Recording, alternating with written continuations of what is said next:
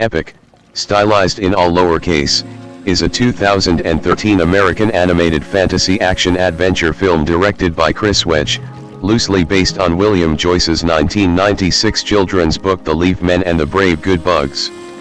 7/8 The film stars the voices of Colin Farrell, Josh Hutcherson, Amanda Seyfried, Christoph Waltz, Aziz Ansari, Chris O'Dowd, Pitbull, Jason Sudeikis, Steven Tyler, and Beyoncé Knowles. The story sees a teenager named M.K. Seyfried, who gets shrunk and involved with a tiny woodland kingdom, mainly with the soldiers called the Leafmen, in their war against an evil army aiming to spread rot across the land. Epic was internationally released on May 16, 2013, and in the United States on May 24, by 20th Century Fox, following in its premiere on Ziegfeld Theatre on May 18. The film received generally mixed reviews from critics and was a moderate box office success, grossing $268 million against its $93 million budget. Plot: after her mother dies, 17-year-old Mary Catherine, M.K. moves in with her eccentric scientist father, Professor Bomba, in Danbury, Connecticut. Bomba spent his life researching the Leafmen, tiny humanoid soldiers who protect the neighboring forest from wicked creatures called boggans. M.K. is irritated by her father's work, believing his theories to be nonsense. Meanwhile, Nod, an independent yet rebellious young Leafman, decides to quit, much to the ire of his no-nonsense leader Ronan, who promised Nod's late father he would look out for him. The forest's benevolent ruler, Queen Tara, must choose her successor and arrives at a pool of lily pods, occupied by Mub, a laid-back slug, and Grub, a wannabe Leafman snail. Immediately after she chooses a pod, the boggans attack and overwhelm the Leafman, while Tara flees with Ronan on his hummingbird mount. The pair are pursued by the boggans leader Mandrick and his son Dada, who is killed by Ronan, but it allowed Mandrick to badly wound Tara with an arrow. M.K. decides to leave after getting into an argument with Bomba about his research. Outside, M.K. encounters the falling Tara, who entrusts the pod to her, shrinks her with magic, and tells her to take it to Nemgaliu, a glowworm wizard, before finally dying. M.K. is accompanied by Ronan, Mub, and Grub, while Ronan recruits a reluctant Nod after saving him from short-tempered toad gangster Bufo. Ronan, Nod, M.K., Mub, and Grub meet Nemgaliu, who informs them that the pod must bloom that night, while exposed to the light of the full moon. When Ronan leaves, Nod takes M.K. on a deer ride and they begin to fall for each other. Thirsty for revenge for his son's death, Mandrick interrogates Bufo for the pod's location. Mandrick goes to Nemgaliu's place, where he learns that if the pod blooms in darkness, it will birth a dark prince who will help Mandrick destroy the forest. He takes the pod and kidnaps Mub and Grub. Ronan scolds Nod for not being there to protect the pod. To get into Boggan territory undiscovered, M.K., Nod, and Ronan enter Bomba's house to get some disguises. There, M.K. learns that the Leafmen have deliberately been leading Bomba off their trail the whole time. Bomba spies them and captures M.K., but faints when he sees her. M.K. marks the location of Moonhaven on a map of the forest before rejoining Nod and Ronan. Upon reaching Boggan territory, Ronan causes a distraction while M.K. and Nod rescue Mub, Grub, and the pod. An outnumbered Ronan sacrifices himself to ensure the others escape. Before the full moon can open the pod at Moonhaven, Mandrick's bats block the light, causing the pod to begin blooming in darkness. While the Leafmen set out to fight the boggans, M.K. tries to get her father's attention by using the various cameras he had set in the forest. However, upon regaining consciousness, Bomba concludes that he has been insane all these years and begins scrapping his research, but he changes his mind when he sees the red pushpin that M.K. had put on his map. Bomba is overjoyed to see that he has been right and follows M.K. to Moonhaven. M.K. uses the bat sounds on Bomba's iPod to lure Mandrick's bats away. Meanwhile, Mub and Nemgaliu try to stop Mandrick from reaching the pod, but are unsuccessful. Just then, Ronan reappears, having survived the attack. He is outdone by Mandrake, but Nod, who finally realizes the importance of teamwork, comes to his aid. Before Mandrake can obtain his victory, the pod fully blooms in moonlight, as Mandrake is consumed by the burl of a nearby tree. A flower child who earlier aided in Tara's escape is made the new queen. Grub becomes a leafman, Nod and Ronan reconcile, and Nod and MK share a kiss before MK is returned to her original size. MK reunites with Bomba and later becomes his assistant. The two of them remain in contact with their small friends as they continue the research of their world. Voice cast: Colin Farrell as Ronan, a seasoned Leafman warrior, leader of the Leafman, Nod's guardian and teacher, and a friend of Nod's late father. 9. Josh Hutcherson as Nod, a rookie Leafman warrior, Ronan's student, and Mary Catherine's love interest. 9. Amanda Seyfried as Mary Catherine MK. Bomba, Professor Bomba's daughter. 9-10 She is named after William Joyce's late daughter. 11. Christoph Waltz as Mandrake, the cruel and snide owner of the Boggins. 12 Waltz also voiced Mandrake in the German dub of the film. 13-14. Jason Sudeikis as Professor Radcliffe Bomba 15M.K's father and a scientist. 9-12. Beyoncé Knowles as Queen Tara, the Mother Nature-like Queen of the Forest and Ronan's childhood love. 9. Aziz Ansari as Mob, a slug, Grub's best friend and caretaker of the pods. 9-12. Chris O'Dowd as Grub, a snail, Mob's best friend and fellow caretaker of the pods.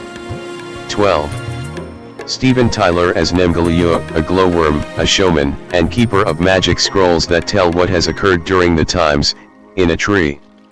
9. Pitbull as Bufo, a toad who works as a race fixer and a businessman. 9. Blake Anderson as Dada, Mandrake's son, and the Boggins general officer. After his death, Mandrake is intent on destroying the forest. 10-16. Thomas F. Wilson as Finn, second in command of the Leafman. His name only appears in the closing credits. Judah Friedlander as Larry, a taxi driver. John DiMaggio as Pinconjin. Rosa Salazar as Roller Derby Girl. Kyle Kinane as Biker Dude. Emma Kenny as Marigold Girl. Production. In 2006, it was reported that Chris Wedge would be directing an animated feature film based on William Joyce's book, The Leaf Men and the Brave Good Bugs for Fox Animation. Joyce, who had already collaborated with Wedge as a designer and producer on the 2005 film Robots, was set to produce the film. 17 At one point, Wedge got permission to find a new home for the film and turned to Pixar, led by John Lasseter, a close friend that Wedge knew from working on Tron. When Pixar tried to close the rights for the film and start development, which would have been its first film adaptation of an existing work and a departure from its penchant of basing all of its films on original ideas, Fox changed their mind, and the film returned to Fox. The film was officially greenlit in 2009, under the title Leaf Men. 8 In May 2012, Fox announced the final title for the film, Epic, its first cast details, and a plot. 9 According to Wedge, he was unsatisfied with the renaming, which was decided by the marketing department. He also expressed dissatisfaction with subtitles given to the film in some non-English countries, including the French subtitle, The Battle of the Secret Kingdom. 18. Although the film is based on and borrows many characters from Joyce's book, its plot has been significantly changed. Wedge explained, W. Heil Bill wrote a wonderful book, it is a quaint story. We wanted to make a gigantic action-adventure movie. To address online speculations about whether the film is similar to other films, like Ferngully, The Last Rainforest or Avatar, Wedge said, I hate to associate it with other movies. It is adventure on the scale of Star Wars.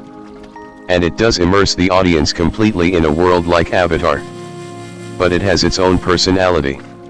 12. Release. The film was internationally released starting with May 16, 2013. 1 In the United States, It premiered on May 18, 2013, at the Ziegfeld Theater in New York City 2 and was theatrically released on May 24, 2013. 12. Home media. Epic was released on DVD, Blu-ray and Blu-ray 3D on August 20, 2013. 1920 On January 29, 2021, Epic was made available to Disney Plus subscribers, following the Walt Disney Company's acquisition of both 20th Century Fox and Blue Sky Studios in 2019, but it later got removed from the service on May 1, 2021, due to pre-existing contracts. 21-22 It was later added again as part of the Hulu hub. Reception. Box office. Produced on a budget of $93 million for 5, Epic grossed $107.5 million in North America, and $160.9 million in other countries, for a worldwide total of $268.4 million. 6 In North America, the film earned $9.3 million on its opening day 5 and opened to number 4 in its first weekend, with $33.5 million and $42.8 million over the 4-day Memorial Weekend, Friday, Monday, behind Fast and Furious 6, The Hangover Part 3, and Star Trek Into Darkness. 23-24 In its second weekend, the film dropped to number 5, grossing an additional $16.6 million. 25-26 In its third weekend, the film stayed at number 5, grossing $11.9 million.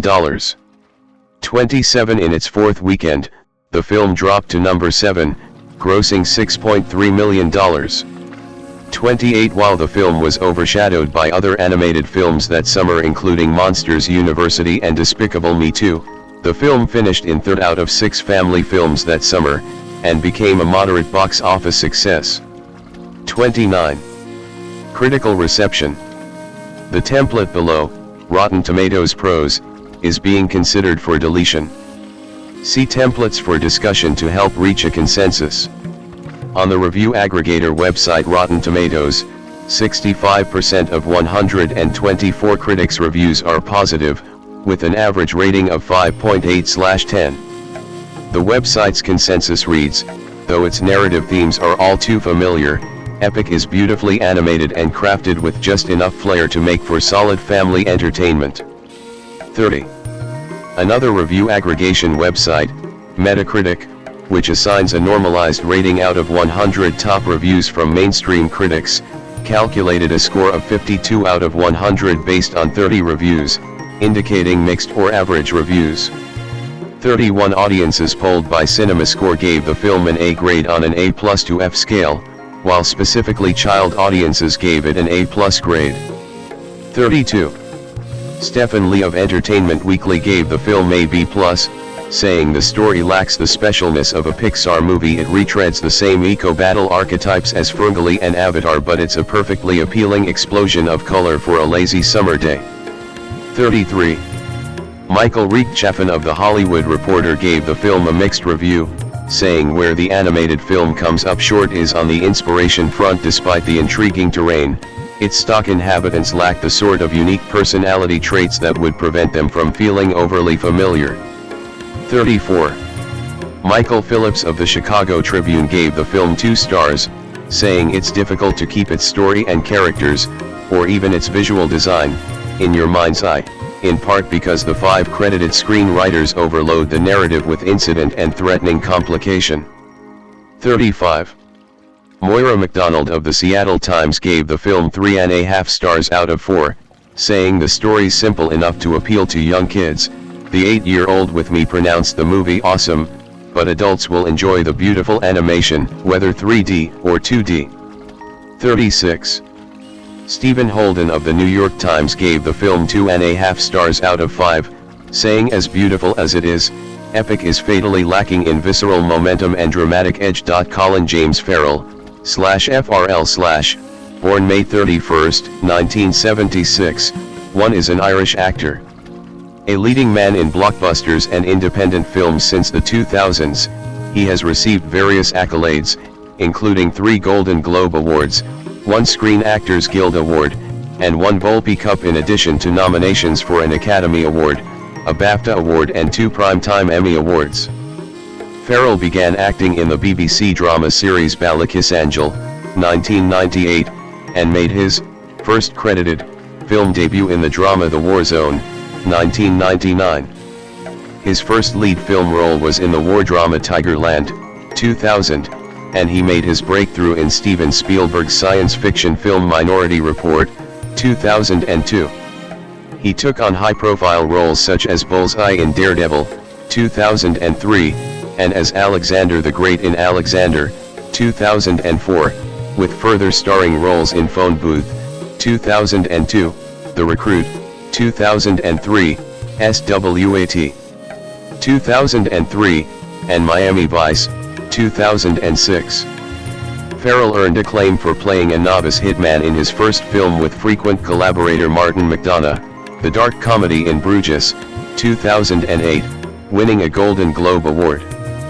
He went on to play a variety of leading and character roles in the comedy Horrible Bosses, 2011, the science fiction film Total Recall, 2012, the drama Saving Mr. Banks, 2013, the dark comedy Seven Psychopaths, 2012, and The Lobster, 2015, the thrillers The Killing of a Sacred Deer, 2017, The Beguiled, 2017, and Widows, 2018, and the fantasy films Fantastic Beasts and Where to Find Them, 2016, and Dumbo, 2019. He also starred in the second season of HBO's thriller series True Detective, 2015. In 2022, Farrell gained acclaim for his roles in the science fiction drama After Yang, the survival film 13 Lives, and McDonagh's drama The Banshees of Inisherin. For playing a naive Irishman in the lattermost, he won the Volpe Cup for Best Actor and his second Golden Globe Award, in addition to nominations for the BAFTA and Academy Award for Best Actor. Farrell played Oz Cobb/Penguin in the superhero film The Batman, 2022, and the HBO miniseries The Penguin, 2024.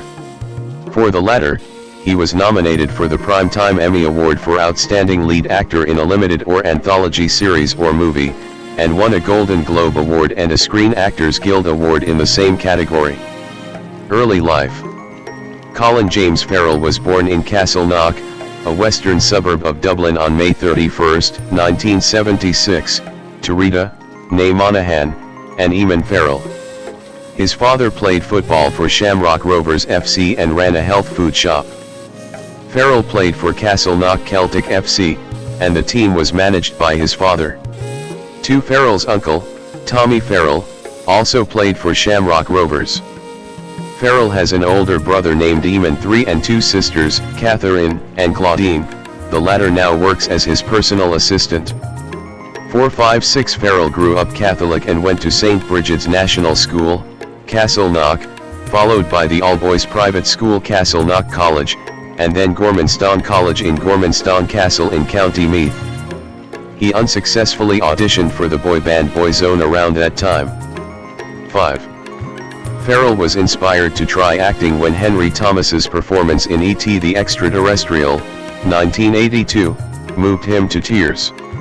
7. With his brother's encouragement, he attended the Gaiety School of Acting, but dropped out when he was cast as Danny Byrne in the BBC drama Ballycasangel.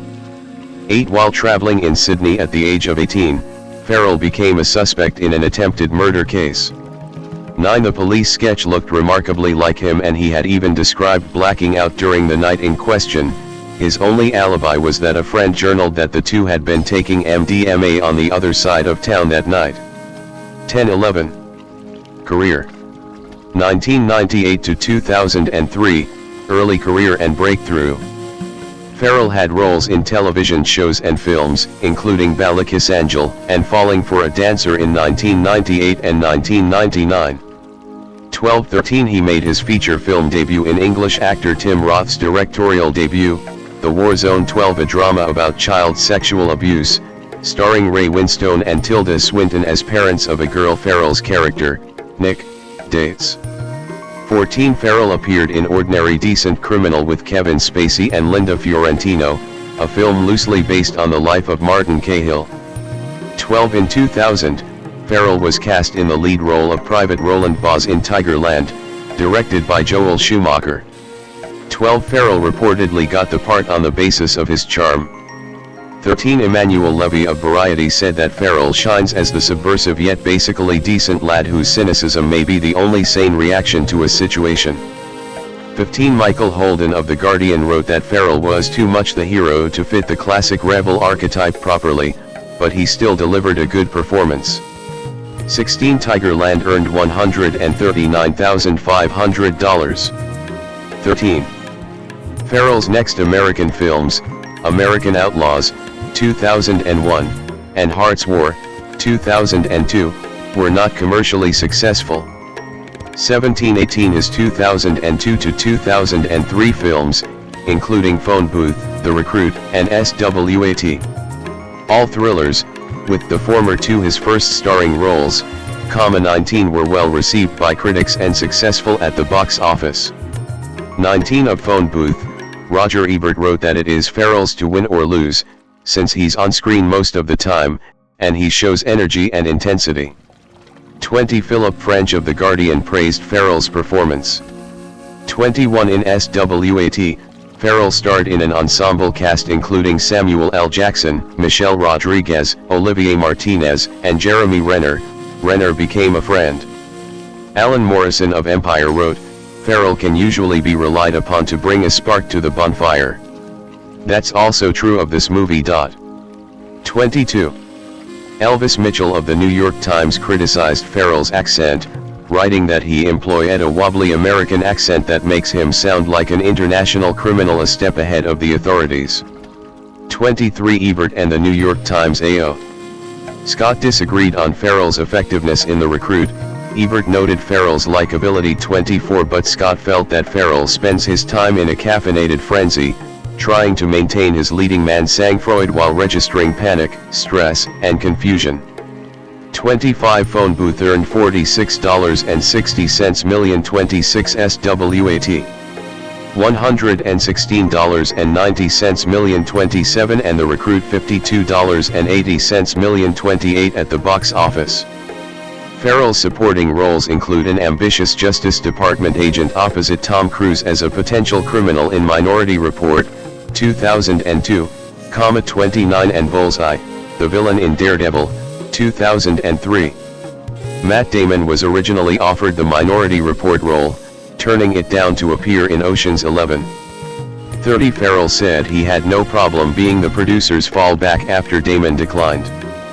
31. Farrell was signed to the role in December 2001, although he was considered for the lead role of Matt Murdock, Daredevil, until Ben Affleck signed. 1932. Farrell was encouraged to keep his Irish accent, since this version of Bullseye is from Ireland. 33. He read Frank Miller's Daredevil comics to understand Bullseye because the expression on the characters' faces in the comic books, and just the way they move sometimes, and the exaggerations of the character I'm playing, he's so over the top that you do draw from that. But it's not exactly a character you can do method acting for, you know, running around New York killing people with paper clips. 34. In 2003, he was voted 6th world's sexiest man by Company magazine. 35. 2003 to 2008, career progression. Farrell looking somewhat confrontational. Farrell at the 2007 Toronto International Film Festival. In late 2003, Farrell starred as a criminal who plots a bank robbery with Cillian Murphy in the dark comedy Intermission, which held the record for highest-grossing Irish independent film in Irish box office history for 3 years. 36. In 2004, he appeared in several other independent films receiving limited theatrical release in most countries, including A Home at the End of the World, adapted from Michael Cunningham's novel of the same name. 19. Roger Ebert praised Farrell, saying that he was astonishing in the movie, not least because the character is such a departure from everything he has done before. 37. 38. Mick LaSalle of the San Francisco Chronicle differed, saying that Farrell is keen on making good, The effort is there, but it's a performance you end up rooting for rather than enjoying, because there's no way to just relax and watch. 3940. Farrell played the title role of Alexander the Great in Oliver Stone's 2004 biographical film Alexander, which, while receiving some favorable reviews internationally, was poorly received in the United States. 41. Its portrayal of the conqueror as bisexual was controversial. The film was criticized by some historians for its treatment of the ancient Persians. 42. Although others praised it for its accuracy. 43-44. An ancient history scholar at the University of Nebraska wrote, "I would compare Alexander to Lawrence of Arabia, in terms of sheer scope, pacing, and its unrelenting focus on a single individual.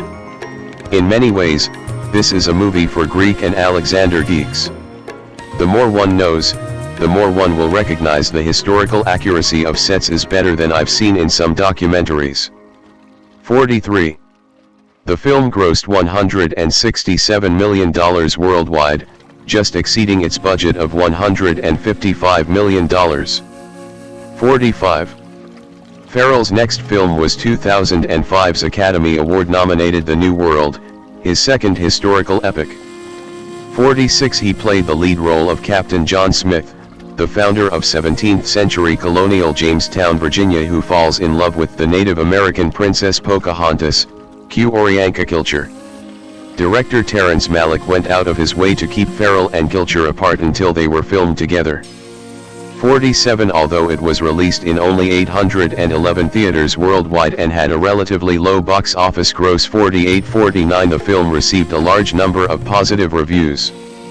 50-51. In one of 4 reviews in The Guardian. 52. John Patterson described it as a bottomless movie, almost unspeakably beautiful and formally harmonious. 53. The New World was followed by Ask the Dust, a period romance set in Los Angeles based on a John Fante novel. 54. And co-starring Salma Hayek. Reviews were mixed. Manala Dargis of the New York Times favorably described Farrell's work. 55. But Peter Bradshaw of The Guardian found something a little forced in both lead performances. 56. With a limited theatrical release, it was not a financial success. 57. Farrell was more successful in 2006 with his role opposite Jamie Foxx in Michael Mann's action crime drama, Miami Vice. The film grossed $164 million worldwide. 58. On a budget of $135 million. 59. And Time Out New York ranked it among the top 50 movies of the decade. 60. The DVD, released the same year, also managed to sell over 1 million copies, equivalent to $7.91 million in pirated versions, in its first week alone. 61. And, as of February 11, 2007, had grossed over $36.45 million in rentals. 62. A.O. Scott criticized Farrell's work, "When he's not on screen, you don't miss him, and when he is, you find yourself, before long, looking at someone or something else." 63. Conversely, Peter Travers of Rolling Stone was enthusiastic. 59. Farrell also reportedly took a slight pay cut to make friend and recent Oscar winner Jamie Foxx happy. His salary was initially larger than Foxx's. 64. Farrell appeared in Woody Allen's drama Cassandra's Dream, which premiered in 2007 and was distributed in the US in early 2008. Mick LaSalle of the San Francisco Chronicle praised Farrell. "Allen is notorious for not giving his actors explicit instructions, and yet somehow this worked wonders for Farrell, who has never seemed so naked, so clear, and so unencumbered as he does here." 65. Manala Dargis concurred in the New York Times, adding that she thought Farrell was well matched with co-star Ewan McGregor. 66. Farrell's next film, Martin McDonagh's first full-length feature, In Bruges, opened the 2008 Sundance Film Festival. While The New Yorker and Time Out London's film critics found co-star Brendan Gleeson's performance the stronger of the two. 67-68 Bradshaw of The Guardian found Farrell, as Hitman Ray, to be absolutely superb, moody and funny, lethally sexy, sometimes heartbreakingly sad and vulnerable like a little boy. 69 Farrell won his first Golden Globe Award for his performance in the film. 70. Shortly thereafter, he appeared in Kicking It, a documentary following 6 homeless men from Kenya, Russia, Afghanistan, Ireland, Spain, and the US as they attempt to qualify for the Homeless World Cup. Farrell appeared on screen and provided the narration. 71 Donating his earnings to a homeless shelter in Ireland. 72 The film was released simultaneously in theaters and on television, airing on ESPN2 in a very short window before its DVD release. Farrell received positive reviews for his involvement in the true story. Later in 2008, Farrell starred opposite Edward Norton in Pride and Glory, a police drama directed by Gavin O'Connor. Roger Ebert disliked the film. 73 and A.O. Scott said that Farrell once again indulges his blustery mixture of menace and charm, overdoing both. 74 But Gregory Kirschling of Entertainment Weekly liked Farrell's work. 75. 2009 to 2021, established actor. Farrell at the 2010 Tribeca Film Festival. On January 11, 2009, Farrell won the Golden Globe Award for Best Actor, Motion Picture Musical or Comedy for In Bruges, in which he co-starred with Brendan Gleeson. In the same year, he also appeared in Terry Gilliam's film The Imaginarium of Dr. Parnassus, starring Christopher Plummer and Andrew Garfield. Farrell was one of 3 actors, with Johnny Depp and Jude Law, who helped to complete Heath Ledger's role when Ledger died before filming ended. They played Imaginarium versions of Ledger's character Tony. 76 Donating their earnings to Ledger's daughter Matilda. 77 Farrell also starred that year in Triage, directed by Oscar-winning Bosnian screenwriter and director Danis Tanovic, about the life of a war correspondent. He lost 30 pounds for the role. 78 Farrell's work was described as dedicated by Variety's Todd McCarthy. 78 and Julian Sancton of Vanity Fair wrote that the film was a hell of a lot more insightful than other movies that deal with a similar topic. 79 However, Triage was not widely distributed due to the marketing challenges posed by its difficult topics, including PTSD. 78 That year, Farrell played a supporting role, as Tommy Sweet, in Crazy Heart with Jeff Bridges. Another 2009 release was Undine, a fantasy drama directed by Neil Jordan starring Farrell as a fisherman with a disabled daughter. Shot in the village of Castletownbere on Ireland's southwest coast, it featured cinematography by longtime Wong Kar-wai collaborator Christopher Doyle. 80 Mary Pauls of Time called the role tailor-made for Farrell, saying that Farrell gave a beautifully confident performance. 81 Todd McCarthy of Variety singled Farrell out, noting that he worked well as an ensemble actor, graciously allowing child star Alison Berry to steal every scene she's in. 80. The next year, Farrell starred with Keira Knightley in the crime romance London Boulevard. The film, American William Monahan's debut as director after writing screenplays for The Departed and Body of Lies, was panned by critics. 82 Peter Bradshaw of The Guardian wrote that the film uses up all its energy, wit, and ideas in the first 20 or so minutes, before collapsing into a flurry of boring violence. 83 Leslie Fulperin of Variety described it as like a fancy, retro-styled pocket watch that someone accidentally broke and tried to reassemble with only a vague idea of clockwork. 84 Fulperin thought the star's work was frail, with Farrell mostly taciturn and vacuous. 84. He also played the role of Valka in the survival film The Way Back in 2010. Farrell at the 2012 Toronto International Film Festival.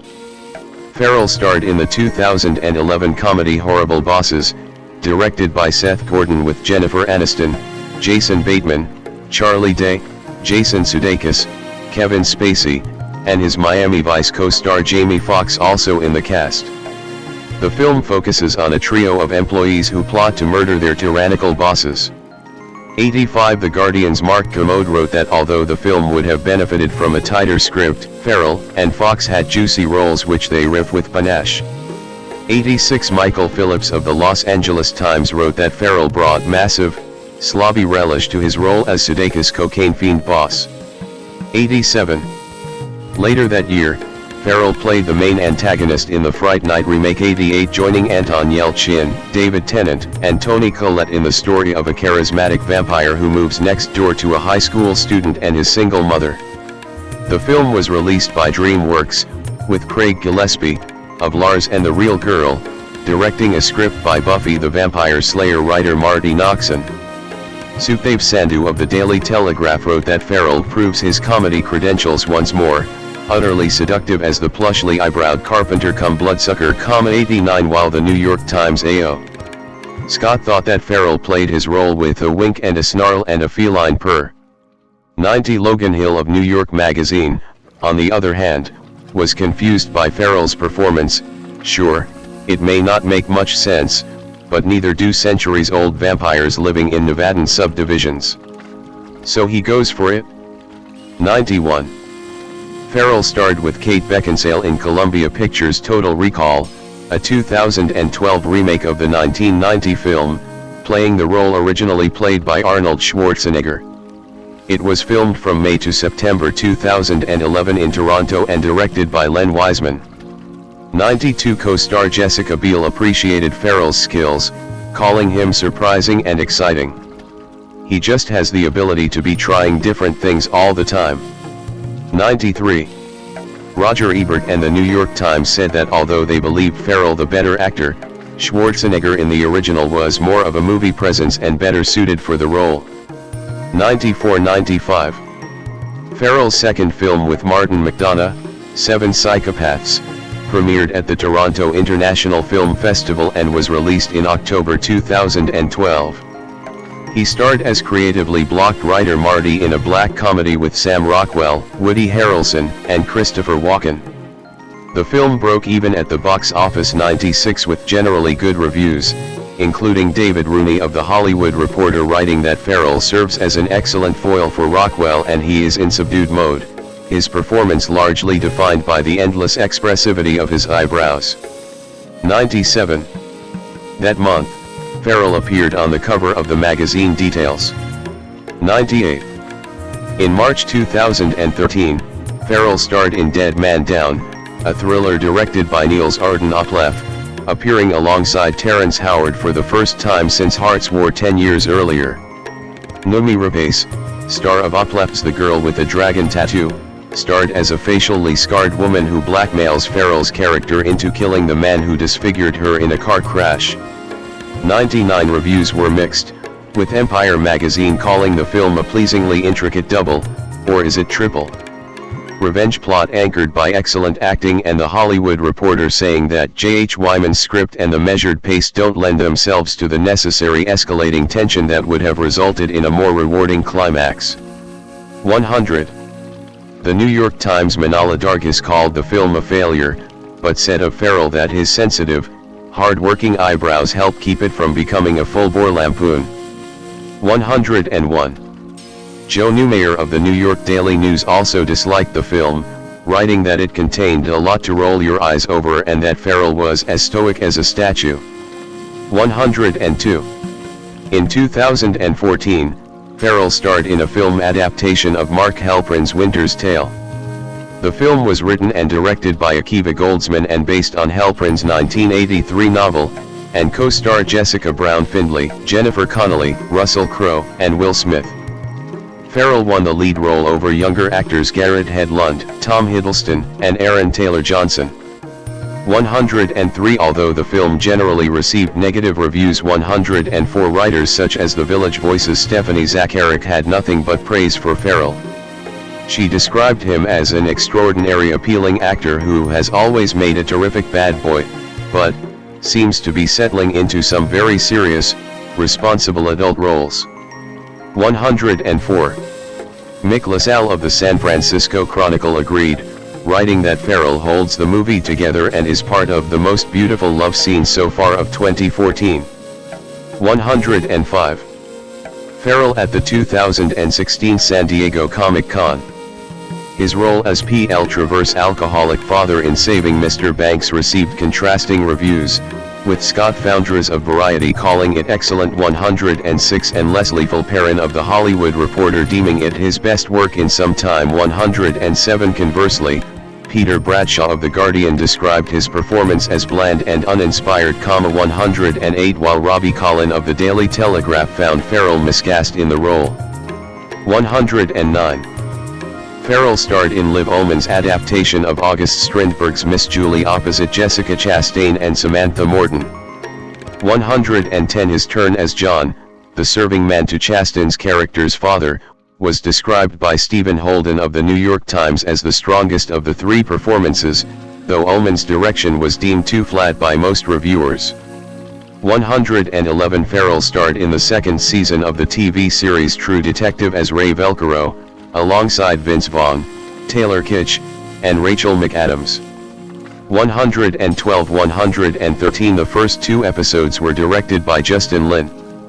114. He worked with a dialect coach to adopt a non-standard Californian accent for his character, which he found challenging. 115. Farrell starred in The Lobster, a romantic science fiction thriller which was released in 2015 and directed by Greek director Yorgos Lanthimos in his English-language debut. Its script was awarded the Arte International Prize for Best Cinemark 2013 project at the 42nd Rotterdam International Film Festival. 116. Set in a dystopian near future in which finding a partner is a matter of life and death, the film tells an unconventional love story. The film also stars Rachel Weisz, Ben Whishaw, Olivia Colman, Lea Seydoux, and John C. Reilly. 117. Farrell received his second Golden Globe nomination for his performance. 118. In 2016, Farrell starred in the Harry Potter spin-off film Fantastic Beasts and Where to Find Them. A traced version of a licensed promotional photo of Farrell from the film was subsequently used for the character Nefarian Serpine on the 10th anniversary cover of 2007's Skullduggery Pleasant, the first book in the series of the same name. 119. 120. In 2017, he had leading roles in the films The Beguiled, The Killing of a Sacred Deer, and Roman J. Israel, Esq. In 2018, he co-starred in Steve McQueen's thriller Widows, and then starred in Tim Burton's 2019 live-action fantasy Dumbo.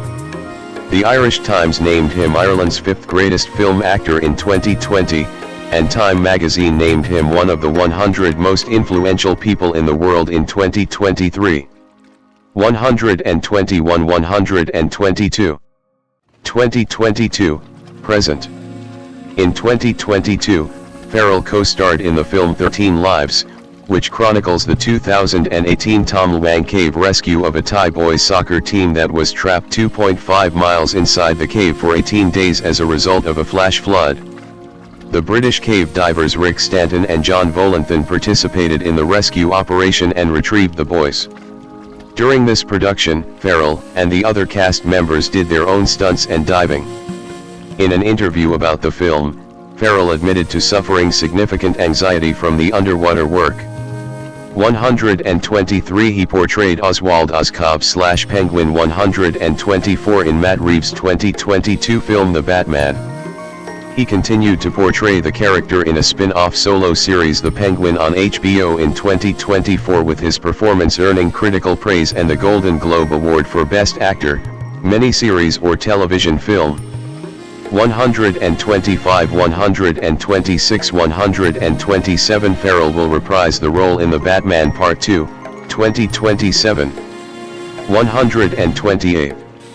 Also in 2022, Farrell reunited with Martin McDonagh and Brendan Gleeson for The Banshees of Inisherin, which earned Farrell a Volpe Cup for Best Actor from the 79th Venice Film Festival and a Golden Globe, as well as a nomination for the Academy Award for Best Actor. 129. 130. In 2024, he starred in the Apple TV Plus detective drama series Sugar, playing a private investigator hired by a Hollywood titan to investigate the disappearance of his beloved granddaughter. The series received positive reviews and was renewed for a second season, which is set to release in June 2026. 131. In March 2025, it was announced that Farrell was in talks to star in a film based on SGT. rock for Warner Brothers and DC Studios as part of their DC Universe franchise. The film is being directed by Luca Guadagnino and written by Justin Kuritzks. 132 In late 2025, he starred alongside Margot Robbie in Kogonada's film A Big Bold Beautiful Journey. 133 And Tilda Swinton in Edward Berger's Ballad of a Small Player. 134 That November, he was cast in the action thriller film Ordained as Father Roy Craig, a priest who performs last rites on a mob boss and is subsequently hunted down by the mafia to silence him for his knowledge. 135.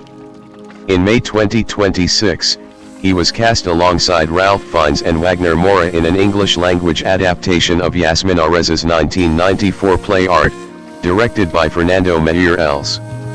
136. Charity work. In 2007, Farrell joined other celebrities as a spokesperson for the Special Olympics World Games in Shanghai. 137 He also lent his support to the anti-bullying campaign Stand Up, organized by the Irish LGBT youth organisation Belong To in March 2012. 138 Farrell, whose brother, Eamon, is gay. 139 had appeared on the Ellen DeGeneres show 2 years earlier to increase awareness of the subject. 140. In 2015, Colin Farrell became an official ambassador of the Homeless World Cup, which uses street football to inspire homeless people to change their lives. 141 In August 2024, he announced the launch of the Colin Farrell Foundation in dedication to his son James, who has Angelman syndrome. The organization provides support to adults with intellectual disabilities and their families.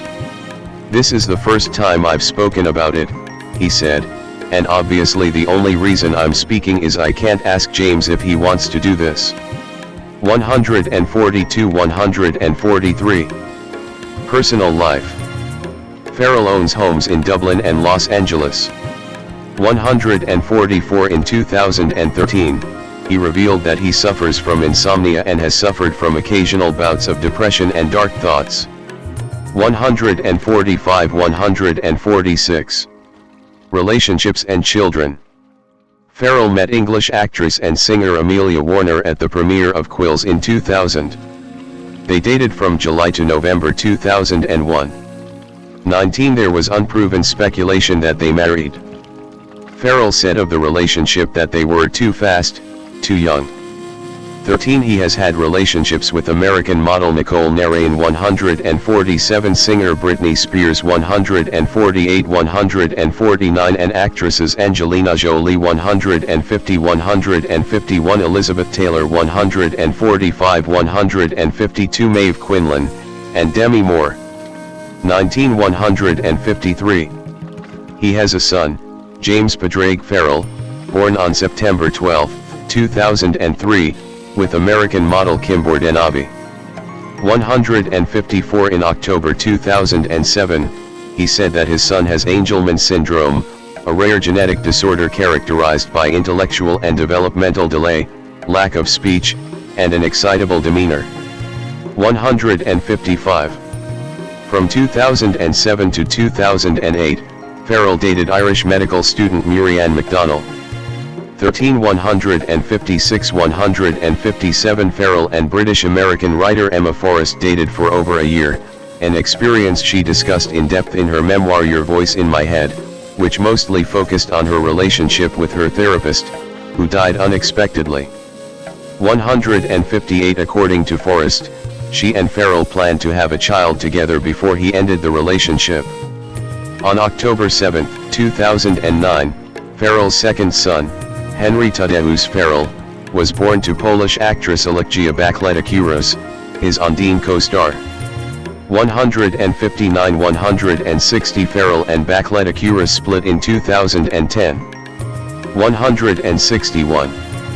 Drug addiction and sobriety. Farrell said in an interview that he had been drunk or high since he was 14. 162. In December 2005, he checked into a rehabilitation center for addictions to recreational drugs and painkillers. 163 He commented on the topic during an interview on Late Show with David Letterman after leaving rehab. 163 and continued later to talk about it. 93 164 He said, there was an energy that was created, a character that was created, that no doubt benefited me, then there was a stage where it all began to crumble around me. 164 Farrell has been sober since leaving the rehab center in 2006, and has credited his sobriety to his elder son James.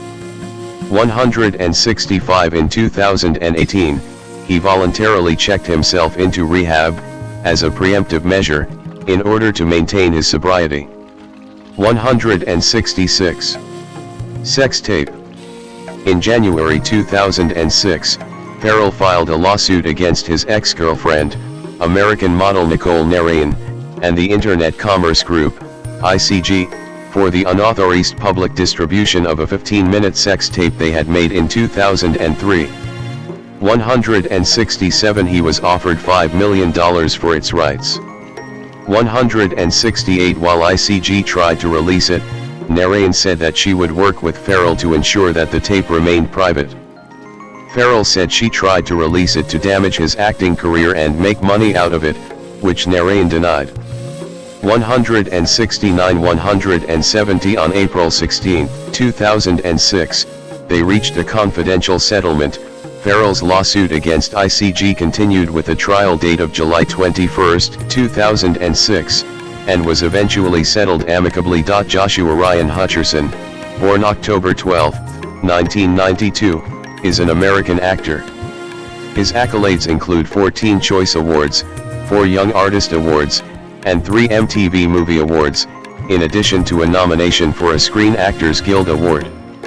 Hutcherson began acting in the early 2000s and appeared in several commercials and minor film and television roles before gaining prominence in his teenage years with main roles in Little Manhattan and Zathura, A Space Adventure, both 2005, RV, 2006, Bridge to Terabithia, 2007, Journey to the Center of the Earth, 2008, and The Kids Are All Right, 2010. In 2011, 18-year-old Hutcherson landed the leading role of Peeta Mellark in his top-grossing film series The Hunger Games, released yearly between 2012 and 2015, for which he won 3 MTV Movie Awards and a People's Choice Award. In the same period, he also played a lead role in Journey to The Mysterious Island, 2012, and voice role in the animated film Epic, 2013. Hutcherson decreased his workload post-Hunger Games and appeared in several independent films, as well as in the television series Future Man, 2017 to 2020, and Ultraman, 2019 to 2023. He has since starred in the commercially successful horror films Five Nights at Freddy's, 2023, and Five Nights at Freddy's 2, 2025, and the action film The Beekeeper, 2024. Throughout his career, he has expressed an interest in filmmaking. He has served as an executive producer for Detention, 2011, The Forger, 2012, and Escobar, Paradise Lost, 2015, while also playing a lead role in each film. Early life. Joshua Ryan Hutcherson was born on October 12, 1992, in Union, Kentucky. He is the elder son of Michelle, née Flight Master, a former Delta Airlines employee who now assists with Josh's career, and Chris Hutcherson, an analyst for the United States Environmental Protection Agency, EPA. 2-3 His parents, who were also born and raised in Kentucky, met in high school in Dry Ridge. 2-4 He has one younger brother, Connor, b. 1996. 5-6-7 Hutcherson's interest in acting developed as a child despite his parents' concerns about the profession. 8-9 According to the actor himself, he had loved the entertainment industry from the age of 4. 10 His father said that his son was compelled to perform for people from a very young age, possessing a personality that attracted people's attention. His mother said that he bugged us so much into becoming an actor 11 but believed it was a phase he was going through and would grow out of. 12 At age 8, Hutcherson went through the yellow pages and contacted an acting agency. 13 In January 2002, he and his mother met acting coach Bob Luke, who traveled from New York City to Kentucky to meet them. 13 Luke advised them to go to Los Angeles and begin auditioning Hutcherson for TV pilots. At the time, his only acting experience had been in a Kroger television commercial and a Vacation Bible School training film. For 3 years, Hutcherson and his mother lived in Los Angeles' Oakwood Apartments, a housing community that accommodates young child actors and their families. 14 Most of Hutcherson's childhood was spent on film sets rather than in a classroom. He attended New Haven Elementary School in Union until he began his career at the age of 9, after which he began homeschooling, with his mother as his teacher. 15 He later returned to Kentucky to attend Ryle High School for 1 semester. 15-16 Hutcherson played on the high school's soccer team and has been a keen sports enthusiast since 8-16, also displaying a passion for football and tennis. 17 At the age of 13, he participated in a triathlon. 17 He later said of his schooling experiences, "I know it's something kids have to deal with every single day, but getting up at the same time every day and having to listen to teachers talk about things I could learn so much more easily on my own, I hated it." 15 Career 2002 to 2004, early roles. After moving to Hollywood in 2002, Hutcherson appeared in various television commercials. 2 He landed his first major acting role as Nicky Harper in the 2002 pilot episode of House Blend, followed by minor roles in an episode of ER and the pilot episode of Becoming Glenn. 18 The following year, he played the leading role of Charlie Logan in the television film Miracle Dogs, which aired on Animal Planet. 19 Later that year, he starred opposite Peter Falk and Tim Daly in the television film Wilder Days 20, playing Falk's grandson who accompanies him on a turbulent road trip. Daly was impressed with the young Hutcherson, remarking, "He's an exceptional kid. He's a really good actor, and he's very smart and confident in himself." 3. Hutcherson's next role was as a boy dressed as Robin in his first feature film appearance, the well-reviewed independent film American Splendor 21, which won the Grand Jury Prize at the Sundance Film Festival. 22 His character in 2004's fantasy film The Polar Express, Young Hero Boy, was created by motion capture of his facial expressions and body movements. 23 The film starred Tom Hanks in the lead role and received mixed reviews from critics. 24 In the animated fantasy film Howl's Moving Castle, he voiced the character of Markle, working alongside 2 other lead characters, Christian Bale and Billy Crystal. 25 All of his dialogue for the film was recorded in about 8 consecutive hours. 17. 2005 to 2012, child stardom. Josh Hutcherson smiling for a picture wearing casual clothing. Hutcherson at the premiere of Cirque du Freak in 2009. In 2005, Hutcherson appeared in several Hollywood films while trying to establish himself in the industry. He portrayed the minor role of Bucky Weston in the comedy Kicking and Screaming. 26 In 2005's Little Manhattan, he had a lead role alongside his younger brother, Connor. 727 Stella Papa-Michael of the BBC approved of his performance, saying that Hutcherson's delivery is spot on, showing a keen instinct for self-effacing humor that would make even Woody Allen feel that bit more inadequate. 28 But Variety columnist Brian Lowry felt that Hutcherson might have looked cute on the page, but even with his Linus voice the language and tone didn't feel natural. 29. He next appeared in a lead role in Jon Favreau's Zathura, a space adventure, which he enjoyed filming owing to the number of special effects and stunts he was involved with.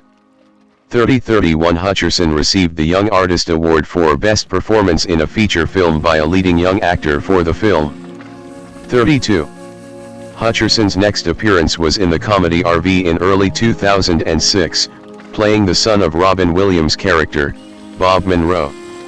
33-34 He professed finding it difficult to concentrate during the production because he was constantly laughing at Williams' jokes and antics between takes. 11. The film was not received favorably by critics. Variety said the film suffered from blunt predictability and meager laughs.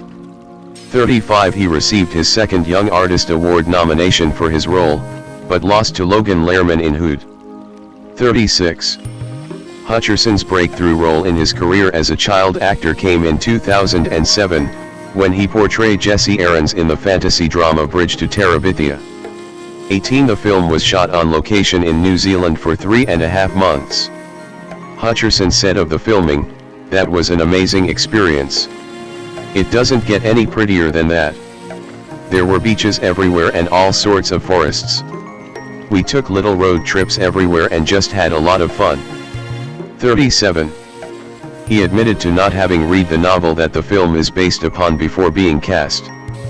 38. Author N.C. Payata describes his character of Jesse Aarons as an introverted boy with 4 sisters, a financially strapped family, and a real talent for drawing whose life is turned around when Leslie Burke, Anna Sophia Robb, arrives, with whom he creates an imaginary utopian world.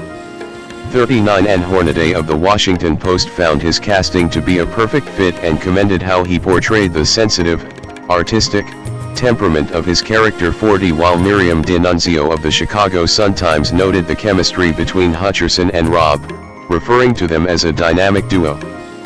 41. He won his second Young Artist Award for Best Performance in a Feature Film by a Leading Young Actor for the film. 42. Hutcherson's next role was in Firehouse Dog, 2007, in which he played Shane Fahey, a firefighter's son who befriends a dog.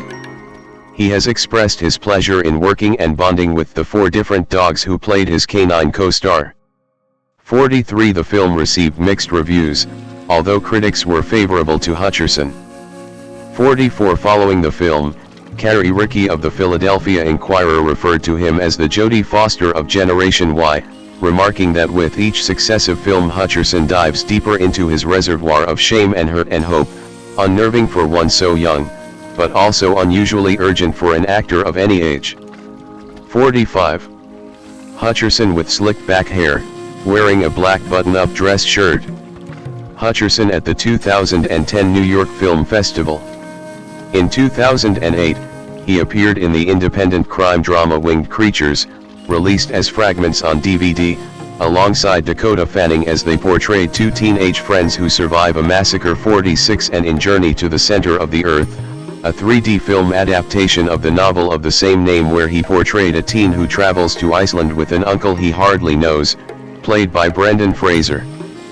43-47. Over the next 2 years, he appeared as a boy named Steve Leopard Leonard who visits a freak show with his friends in the vampire fiction film adaptation of the book Cirque du Freak. 48. And had a supporting role in the critically acclaimed The Kids Are All Right, portraying the son of a lesbian couple, played by Annette Bening and Julianne Moore.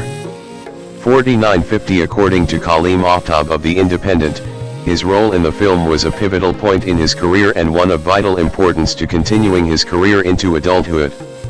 9. Hutcherson expressed gratitude at being cast in the film, displaying satisfaction with the intimacy and creative freedom that independent films provide over studio films.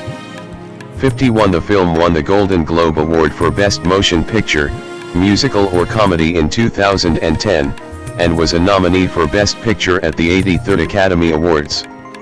52-53. Gregory Elwood of entertainment site HitFix stated, Hutcherson's charismatic wit and natural instincts shine, and it's arguably the first film where he proves he's more than just another sharp-looking teen actor. 50. Between landing the role in The Hunger Games and the film's release, he played a lead role and served as an executive producer for 2 films, Detention, 2011, and The Forger, 2011. 54-55. In Detention, he played the role of popular teenager Clapton Davis in a film the plot of which has been compared to 1985's The Breakfast Club. 56. His role in The Forger was as a 15-year-old orphan who finds himself in trouble until Alfred Molina's character comes to his aid. The film was not well received, but the actors' chemistry together and their performance was.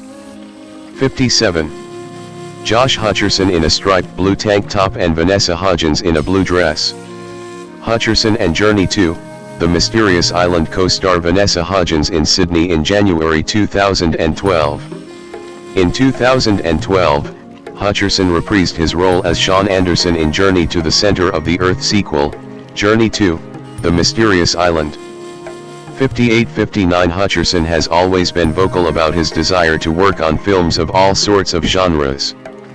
43 Although the film was largely panned, 60 it fared well commercially and his performance was well received, with Kofi Outlaw of ScreenRant.com appreciating how he does a good job holding the screen and portraying a somewhat layered protagonist.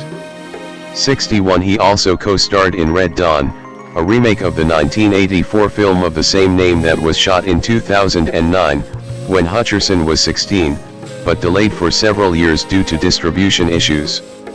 The film was panned by critics, achieving only a 12% approval rating on Rotten Tomatoes, the lowest score of any film Hutcherson has acted in. 62-63. 2011 to 2015, transition to young adult and The Hunger Games blockbuster success. That role is so key to have a boy that can use language. That's how Peyton navigates the world, that's his gift, and Josh was the only one who could bring that to life in such a real and natural way. Suzanne Collins, The Hunger Games series author 64. After losing out on the coveted role of Spider-Man in The Amazing Spider-Man, 2012, Hutcherson was depressed. Hutcherson said, "I got told no, which, as a teenager, was heartbreaking because I obviously wanted to be Spider-Man. But then, I was cast in The Hunger Games. That was the craziest turn of events. Hunger Games came out of nowhere. It just changed everything." 65. On April 4, 2011, Lionsgate announced that 18-year-old Hutcherson had been cast as Peeta Mellark in the Hunger Games series, opposite Jennifer Lawrence as Katniss Everdeen. 66-67 He was eager to land the role, feeling that he related to the character extremely well. 2 In preparation for filming, he had to bleach his hair and gain 15 pounds. 68 Lawrence, a very close friend, has always spoken highly of him as an actor. In regards to his portrayal of Peeta Mellark, she stated, "He's charming, he's sweet, he's down to earth, he's normal. He embodies all of it and brings it all to Peeta. He's got all those great qualities and every single one of them comes across in every line he says out loud as Peeta." 69. He became known for his pranks on set, 70 leading to an accident as he was play fighting with Lawrence, who kicked him in the head, unintentionally knocking him unconscious and giving him a concussion.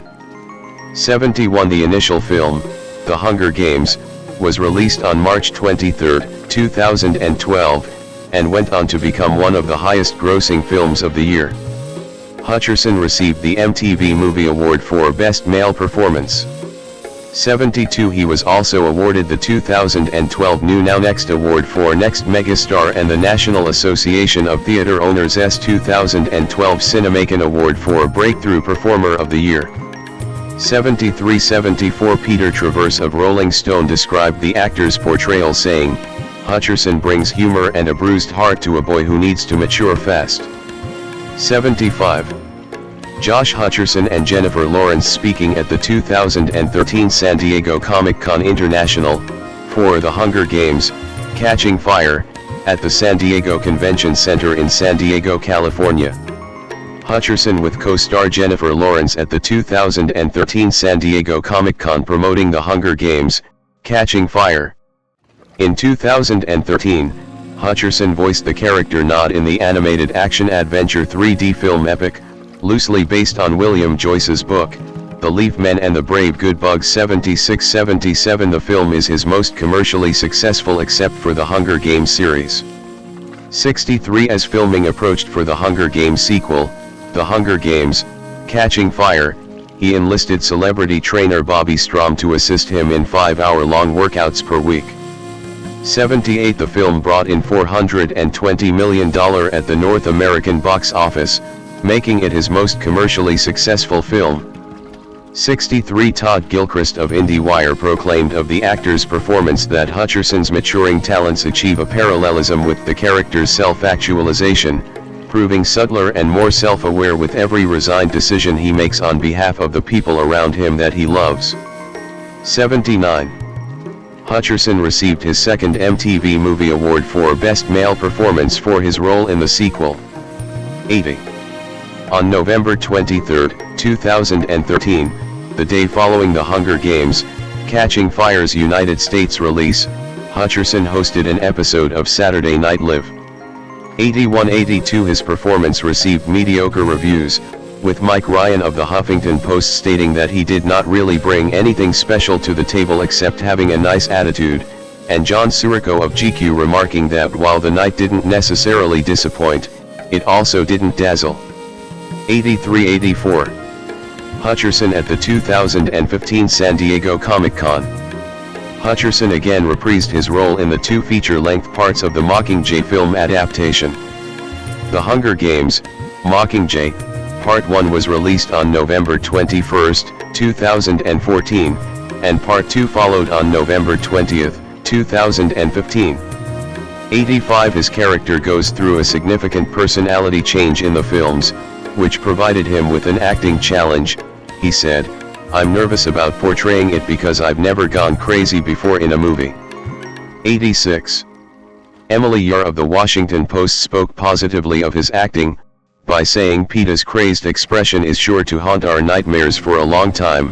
87 While David Adelstein of New York criticized his portrayal in relation to scenes with the other characters, saying at least Josh Hutcherson's captured Peeta is mostly seen in interviews with Stanley Tucci's camp talk show host on TV screens, so the actor can't bring his lack of urgency to scenes with Jennifer Lawrence. 88. Before filming the Mockingjay movies, Hutcherson filmed Escobar, Paradise Lost, a French-Spanish thriller, which was released on January 16, 2015, in the US. 89 He also served as an executive producer for the film, alongside first-time director Andrea Di Stefano, assisting with casting and blocking shots. Hutcherson said the opportunity made him so hungry to do more like that. 90.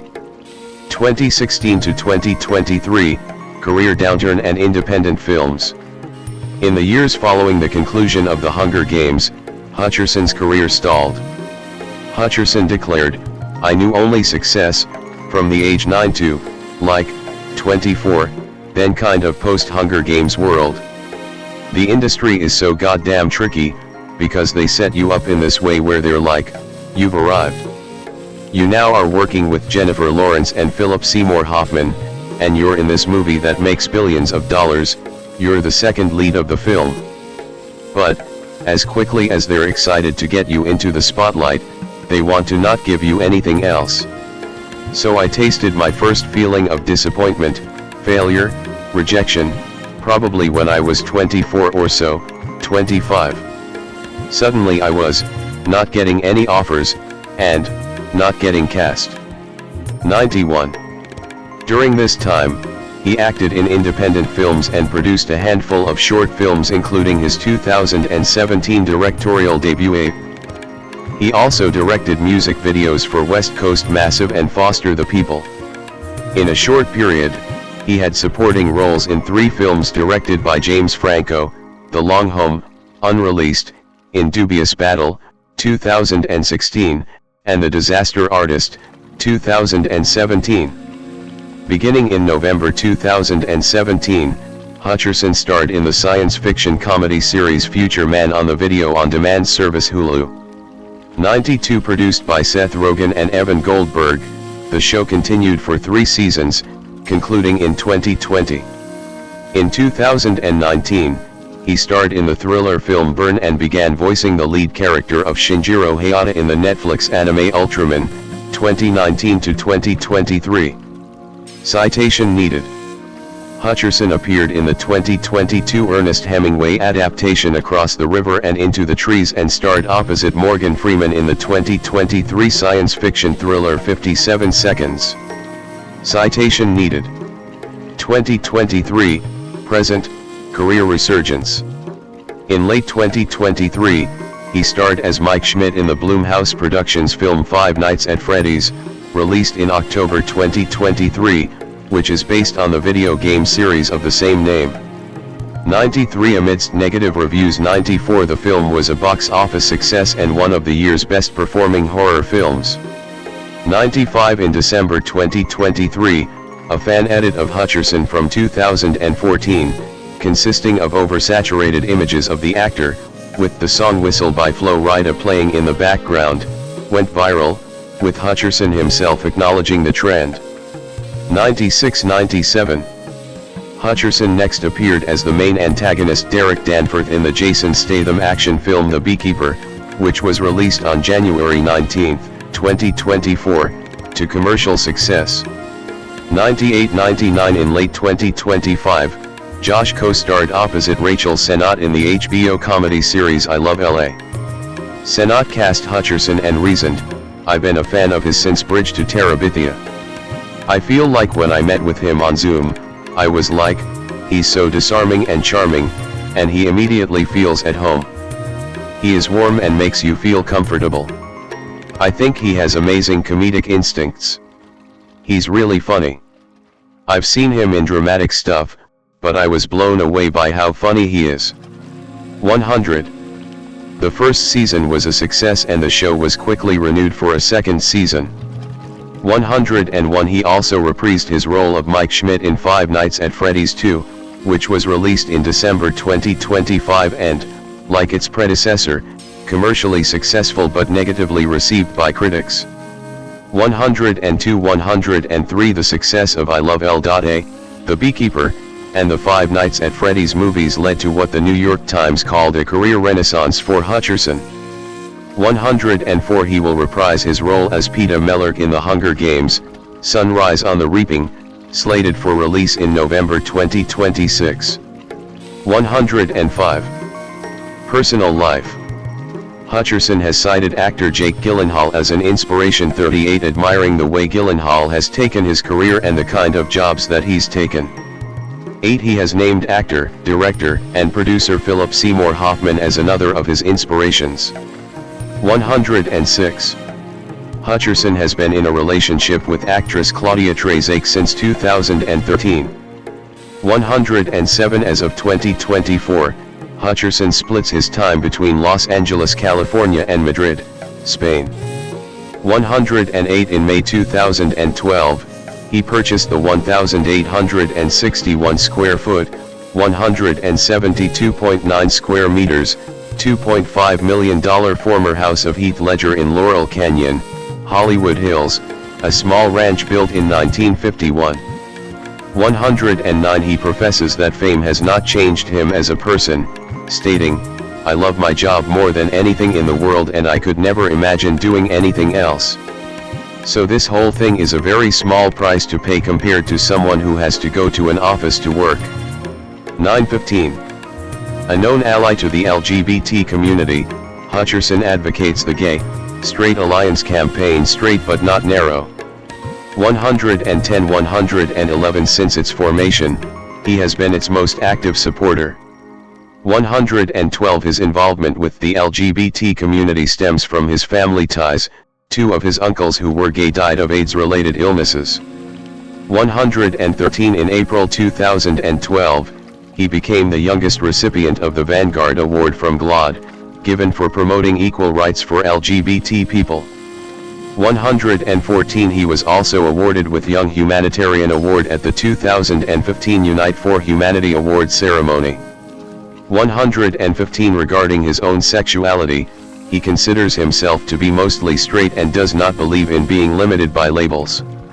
90 Hutcherson also worked alongside the Trevor Project and Human IT in 2014 when he began his campaign Power On, which serves to help young LGBT people from rural areas to form communities by donating old computers and cell phones to LGBT resource centers.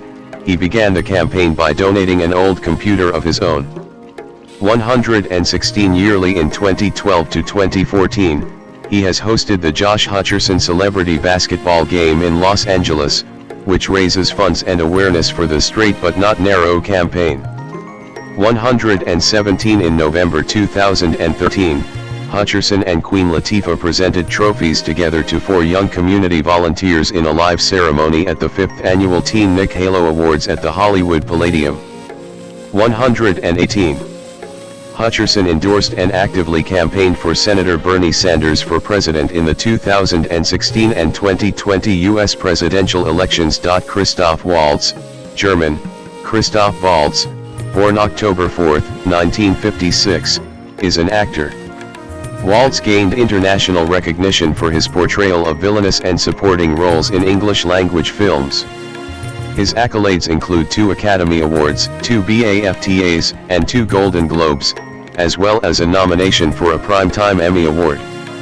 After a substantial career in German television and theater, Waltz's international breakthrough role came in Quentin Tarantino's 2009 film *Inglourious Bastard*, in which he played Hans Landa, for which he received the Academy Award for Best Supporting Actor and the Cannes Film Festival Award for Best Actor. He collaborated with Tarantino again in Django Unchained, 2012, for which he earned his 2nd Academy Award for Best Supporting Actor, this time for his performance as a bounty hunter named Dr. King Schultz. He has also starred in Carnage, 2011, The Zero Theorem, 2013, Big Eyes, 2014, Downsizing, 2017, Alita, Battle Angel, 2019, The French Dispatch, 2021, Frankenstein and Dracula, both 2025. He appeared as Ernst Stavro Blofeld in the James Bond film Spectre, 2015, and No Time to Die, 2021. Waltz became an Austrian citizen in 2010 and an American citizen in 2020, while retaining his German citizenship. Early life and education. Waltz was born on October 4, 1956 in Vienna, the son of Johannes Waltz, a German set designer, and Elisabeth Urbansik, an Austrian costume designer of Austrian and Slovenian descent. 234 Waltz comes from a family of theatrical heritage.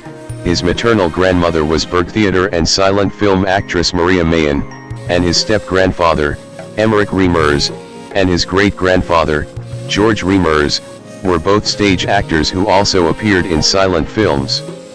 35 Waltz's maternal grandfather, Rudolf von Urban, was a psychiatrist of Slovene descent too and a student of Sigmund Freud. 8 Waltz's father died when he was 7 years old. 3 and his mother later married composer and conductor Alexander Steinbrecher. 9-10 Steinbrecher was previously married to the mother of director Michael Hanke. As a result, Waltz and Hanke shared the same stepfather. 11.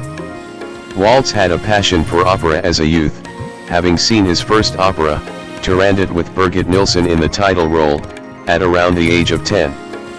As a teenager, Waltz would visit the opera twice a week. 10 He was uninterested in theater. 3 and wished to become an opera singer. 8 After graduating from Vienna's Theatergymnasium 3 Waltz went to study acting at the renowned Max Reinhardt Seminar. 12 At the same time, he also studied singing and opera at the University of Music and Performing Arts Vienna, but eventually decided that his voice was not good enough for an opera career. 13 In the late 1970s, Waltz spent some time in New York City where he trained with Lee Strasberg and Stella Adler. He studied script interpretation under Adler and credits his analytical approach to her teaching. 5. Career. On his return to Europe, Waltz found work as a stage actor, making his debut at the Schauspielhaus Zurich. 14 He also performed in Vienna, Salzburg, Cologne, and Hamburg. 5-8 He became a prolific television actor in the years 1980 to 2000. In 2000, he made his directorial debut, with the German television production Wenn man sich traut. 15 In 1990, he played Dr. Hans Joachim Dorfman in the British TV series The Gravy Train opposite Ian Richardson. The show is a story of intrigue and misdeeds set in the offices of the European Union in Brussels. 16 In 2007, Waltz narrated the audiobook of Robert Sapolsky's German version of a primate's memoir, Mein Leben als Pavian. 17. In Quentin Tarantino's 2009 film *Inglourious Bastard*, Waltz portrayed SS Standartenführer Hans Landa, also known as the Jew Hunter. Clever, courteous, multilingual but also self-serving, implacable, and murderous, the character of Landa was such that Tarantino feared he might have written a part that was unplayable. 18 Waltz received the Best Actor award for the performance at the 2009 Cannes Film Festival and received acclaim from critics and the public. In 2009, he began sweeping critics' awards circuits, receiving awards for Best Supporting Actor from the New York Film Critics Circle, the Boston Society of Film Critics 19, Los Angeles Film Critics Association 19, as well as Best Supporting Actor awards at the Golden Globes and the Actor Awards. The following month, he won the BAFTA for Best Supporting Actor 20 and won the Academy Award for Best Supporting Actor. 21-22 Tarantino acknowledged the importance of Waltz to his film by stating, "I think that Landa is one of the best characters I've ever written and ever will write, and Christoph played it to a T. It's true that if I couldn't have found someone as good as Christoph, I might not have made Inglourious Bastard." 23. Waltz in 2010. Waltz played gangster Benjamin Chudnovsky in The Green Hornet, 2011. That same year, he starred in Water for Elephants and Roman Polanski's Carnage. He played German bounty hunter King Schultz in Quentin Tarantino's Django Unchained, 2012, a role Tarantino wrote specifically for Waltz. 24 During a training accident prior to filming, Waltz injured his pelvis, though it did not impact his role in the film. 25 His role garnered him acclaim once again, with Waltz winning the Golden Globe, the BAFTA, and ultimately the Academy Award for Best Supporting Actor. In April 2013, he was selected as a member of the main competition jury at the 2013 Cannes Film Festival. 26 He directed a production of the opera Der Rosenkavalier at the Willems Opera in Antwerp in late 2013, and in Ghent in early 2014. 27 In 2014, he was selected as a member of the jury for the 64th Berlin International Film Festival. 28 He starred as Walter Keane in Tim Burton's Big Eyes, which opened on 25 December 2014. 29 and appeared as Ernst Stavro Blofeld in Spectre, the 24th film in the James Bond franchise. 31 In July 2016, he portrayed lead villain Captain Leon Rom, a corrupt Belgian captain, in The Legend of Tarzan. In 2017, Waltz appeared in the films Tulip Fever and Downsizing. In 2019, Waltz appeared in the action fantasy Alita: Battle Angel. He directed a production of the opera Falstaff, again at the Willems Opera in Antwerp in late 2017, and in Ghent in early 2018. In 2018, Waltz agreed to play the leading role in a film adaptation of the novel The Nazi and the Barber. He described the main role, that of mass murderer Max Schultz, as a juicy role. 32. In 2019, Waltz directed and starred in the crime film Georgetown, in which he portrays a man suspected of murdering his wife in order to raise his social status. The film premiered at the 2019 Tribeca Film Festival and was released to cinemas on May 14, 2021. 33-34. In 2020, Waltz starred in the web series Most Dangerous Game, receiving his first Primetime Emmy Award nomination. 35. In 2021, he reprised the role of Ernst Stavro Blofeld in the James Bond film No Time to Die. 36. He starred in the Amazon Prime series The Consultant in 2023. 37. Waltz received an Icon Award at the Newport Beach Film Festival on October 17, 2024, in recognition of his career. The festival opened with the premiere of the movie Old Guy, starring Waltz. 38. In March 2025, it was announced he would join Season 5 of Only Murders in the Building on Disney+. It was later confirmed that he would portray the recurring character of Bash Steed, an artificial intelligence tycoon and murder suspect. 39-40. The same year saw the release of Luc Besson's film Dracula, in which he played a significant supporting role, The Priest Who Hunts Dracula. It was the biggest French film of the year, with a budget of over $50 million. The film was filmed in English. 41. Personal life. Waltz with wife Judith Holst at the 2010 Academy Awards. Waltz was born in Vienna to an Austrian mother and German father. Due to the legal situation of the time, his father could only request a German citizenship certificate for him. Being born to an Austrian mother, Waltz was Austrian by birthright, and requested his Austrian citizenship certificate in 2010, thus holding citizenships of both Austria and Germany, but considers that he also has a German passport, a legal citizenship law banality. 42. Asked whether he felt Viennese, he responded, "I was born in Vienna, grew up in Vienna, went to school in Vienna, graduated in Vienna, studied in Vienna, started acting in Vienna, and there would be a few further Viennese links. How much more Austrian do you want it?" 43.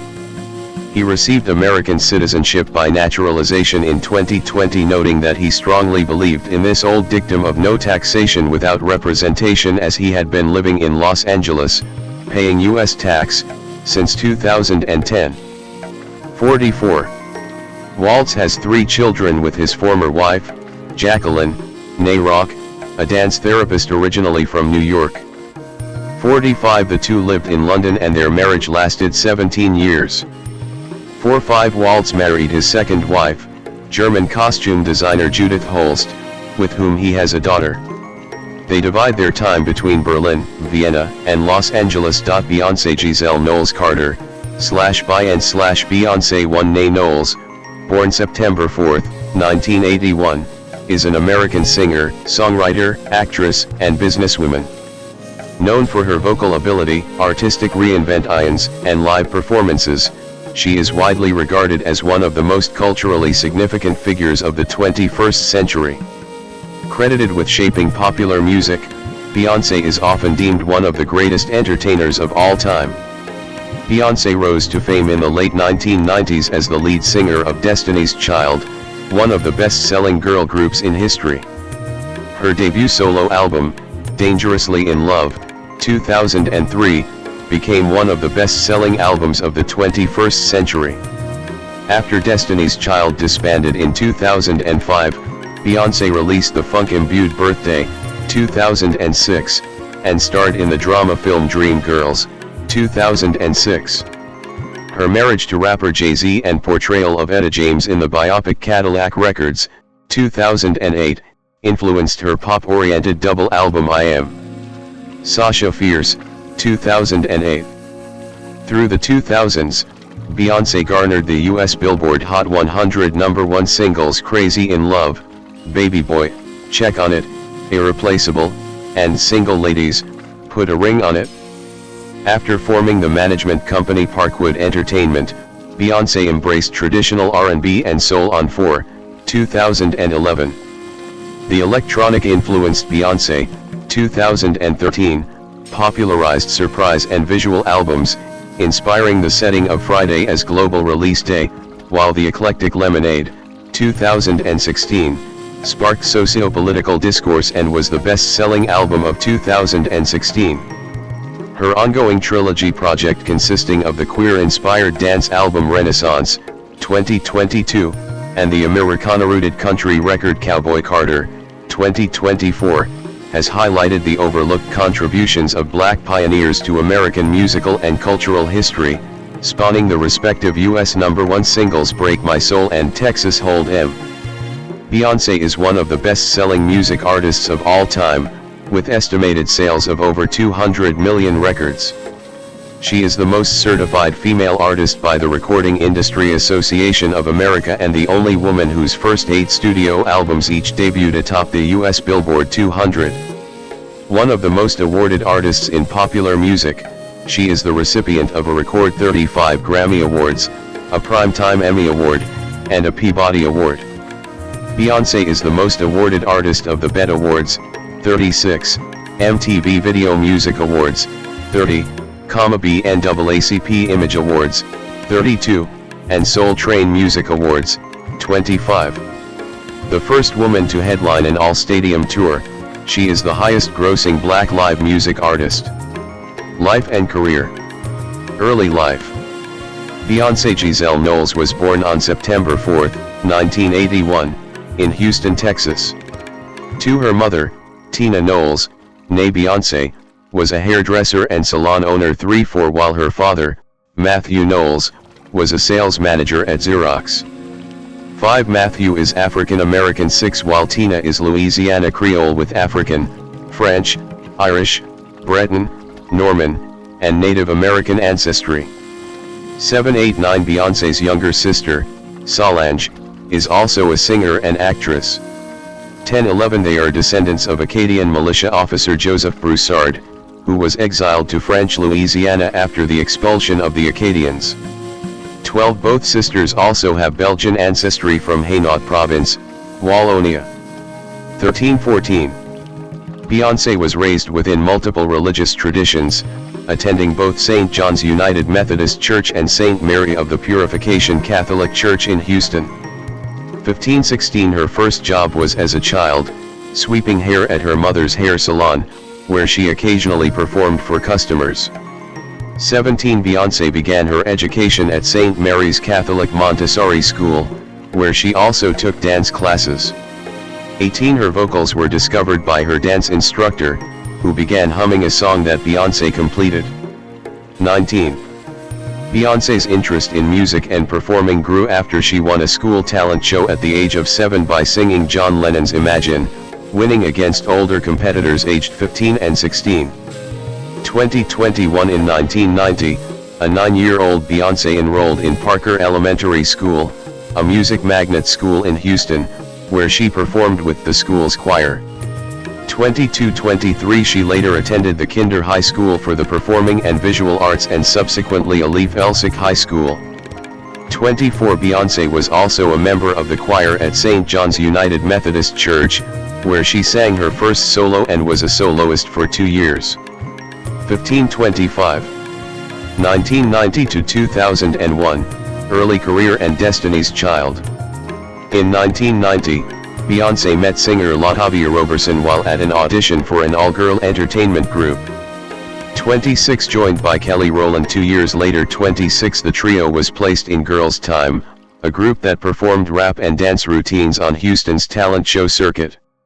27-28. In 1993, the group was entered in Star Search, the largest national talent show on television at the time.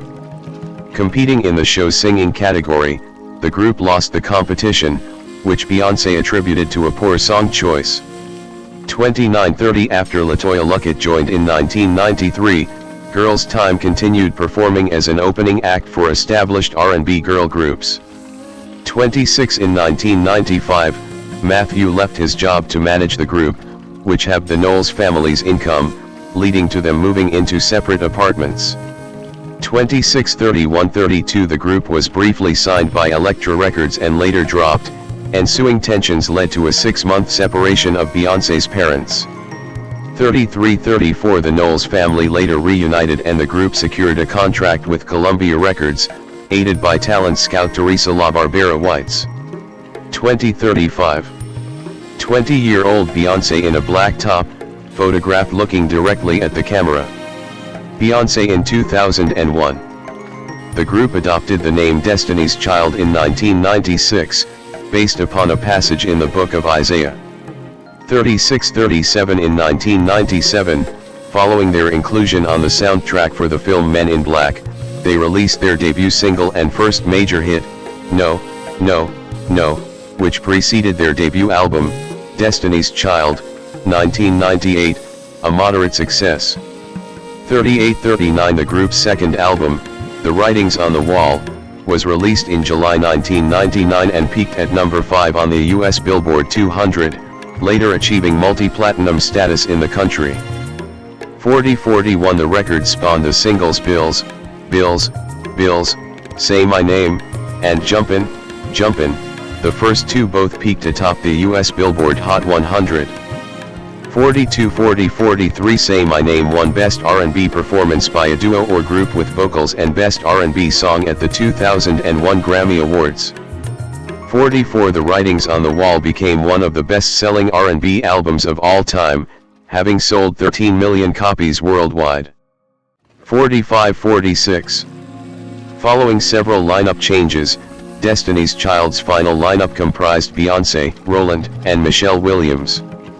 47 In early 2001, while the group was completing work on their third album, Beyoncé secured a leading role in the MTV made-for-television film Carmen, a hip opera, an interpretation of the 19th century opera Carmen.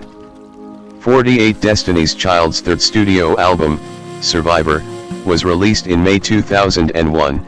It debuted at number 1 on the Billboard 200, selling 663,000 copies in its first week. 49 The album produced the Billboard Hot 100 number ones Independent Woman Part I and Bootylicious, as well as the title track, which peaked at number 2. 50-51-52 Survivor earned the group a Grammy Award for Best R&B Performance by a Duo or Group with Vocals.